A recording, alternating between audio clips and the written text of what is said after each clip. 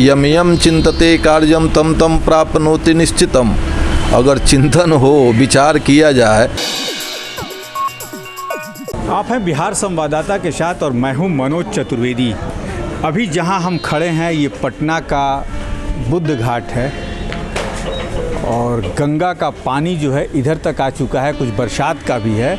लेकिन आप मेरे सामने मैरिन ड्राइव देख रहे हैं, यही है पटना का मैरिन ड्राइव। गंगा उसके पार है वहाँ पे।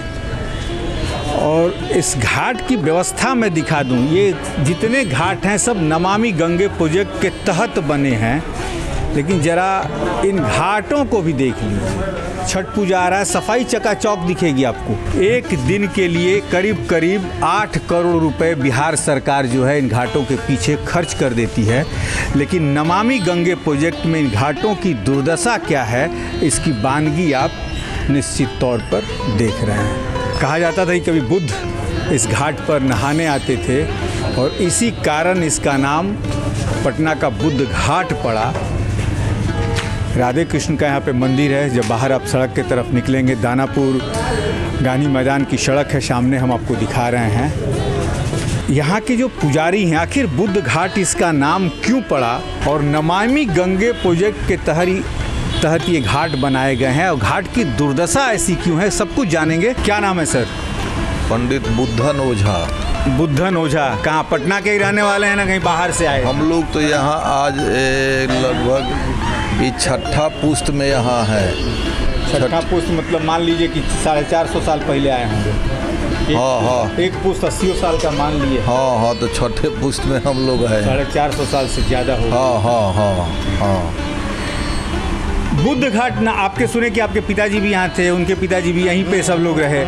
तो बुद्ध घाट नाम पड़ने का आखिर कारण क्या है? देखिए, ऐसा पौराणिक मत है, ऐसे हम लोग भी जानते हैं, जो सुने हैं। यहाँ पे हम लोग यहाँ जैसे बुद्ध मार्ग जो है ना, बुद्ध मार्ग बना हुआ है, तो इसी मार्ग से महात्मा बुद्ध यहाँ स्नान करने आए थे। गंगा जी जब यहाँ निर्मल गंगा की धारा बहती थी तो भगवान बुद्ध आते थे स्नान करने। तो महात्मा बुद्ध के कारण ही उस रोड का देखिएगा, जो गया की ओर रोड जाता है, उसका नाम है बुद्ध मार्ग। और उसी कारण से इसका नाम यहाँ पड़ गया बुद्ध घाट। बुद्ध घाट। अच्छा ओझा जी, एक बात बताइए, ये घाट भी नमामि गंगे प्रोजेक्ट के अंदर सब बना है, लेकिन गंदगी नहीं, नमामि गंगे के प्रोजेक्ट के थ्रू ही नहीं, सरकार ने, बिहार सरकार ने निर्माण किया होगा। लेकिन आजकल घाटों का निर्माण नमामि गंगे की तरफ से हो रहा है। तो ये बताइए, किसी भी सरकार ने किया हो, लेकिन साफ सफाई जो आप देख रहे हैं वहाँ पे कुछ भी नहीं है, गंदगी का अंबार लगा है। कारण क्या है? कारण है सर कि यहाँ गंगा की निर्मल धारा बहती थी आज से 20 साल पहले। उस समय अगर आप आते या घाट की स्थिति देखते तो बड़ी रमणीक और सुंदर घाट था। मतलब समझिए कि जहानाबाद, अरवल, बारसलीगंज, गया, नवादा से लोग प्रतिदिन आते थे स्नान करने। अच्छा देखिए, जन्म और मृत्यु शाश्वत सत्य है। इस बुद्ध घाट के नज़दीक में बांस घाट है, जहाँ लोग दूर दूर से आता था अपना दाह संस्कार करने के लिए।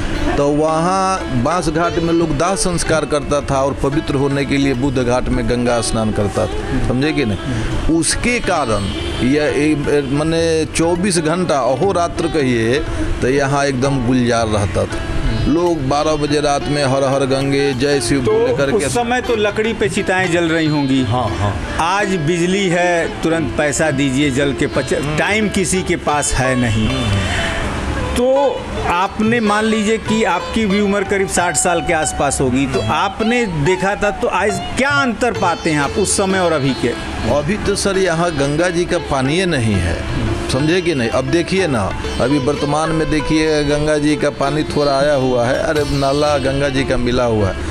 तो जितने नीचे लोग गौ पालक लोग हैं तो उनको परेशानी हो गई है। तो उसके कारण देखिए अब यहाँ सब लोग हमारे मंदिर के आगे, हमारा तो भगवान के राधे कृष्ण का मंदिर है, तो बहुत सुंदर है कि गौ यहाँ सब लोग रखता है। तो इतना अब परेशान, अब जो अब गंदगी का बात कर रहे हैं, गंदगी यहाँ पर अभी जब गंगा जी चली गई तब से शुरू हुआ।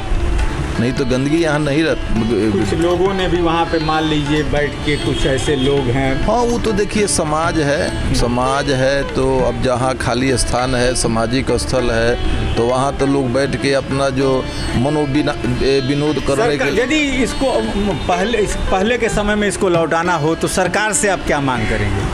अगर देखिए यहाँ गंगा, नमामि गंगे जो सरकार का चल रहा, अगर यहाँ धारा प्रवाहित होने लगे तो किसी प्रकार की गंदगी नहीं रहेगी, सब चीज़ लेकिन ओझा जी अब कैसे धारा प्रवाहित होगी? मैरिन ड्राइव ने तो टोटल गंगा जी को एक नाले में बदल दिया। हाँ सर, उचित है कहना आपने, लेकिन देखिए कहा जाता है कि यम यम चिंतते कार्यम तम तम प्राप्नोति निश्चितम। अगर चिंतन हो, विचार किया जाए तो कोई चीज़ गंगा की धारा को यहाँ भी बहाया जा सकता है, जैसे कि हरिद्वार में बहाया गया। हाँ, एकदम सही, राइट, एकदम।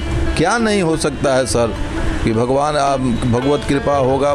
लोग जो जाते होंगे हरिद्वार वो सोचते होंगे कि हम गंगा में नहा रहे हैं, लेकिन वो गंगा की एक धारा लाई गई है। हाँ, एकदम उचित है आपका कहना। उसी तरीके से यहाँ भी लाया जा सकता है, निश्चित लाया जा सकता है। मैं पूरे बल के साथ कहूँगा कि विचार करे, सरकार का उद्यम हो, निश्चित लाए। अविरल धारा गंगा, ये तो पटना गंगा के किनारे बसा है।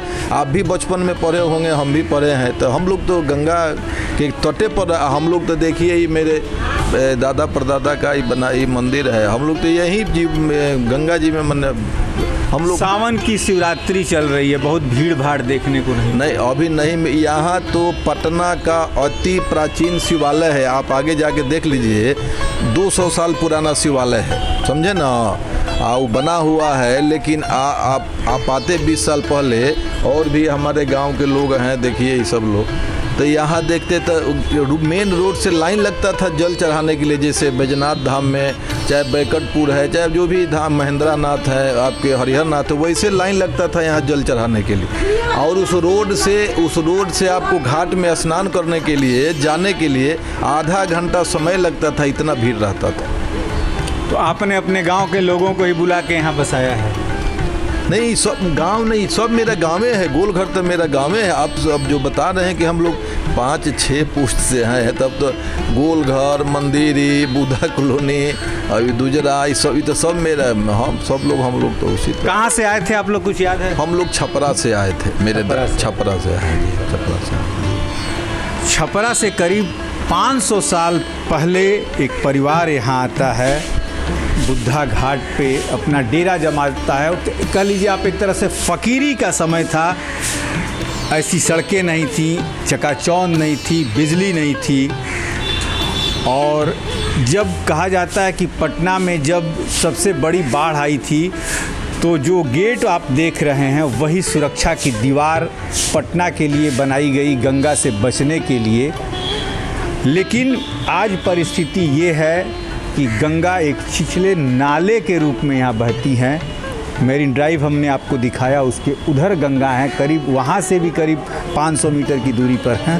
वर्षों पहले यहाँ का जो पुराना शिवाला है वहाँ भी भीड़ लगती थी, लेकिन समय बदला, लोगों के पास समय की कमी हो गई।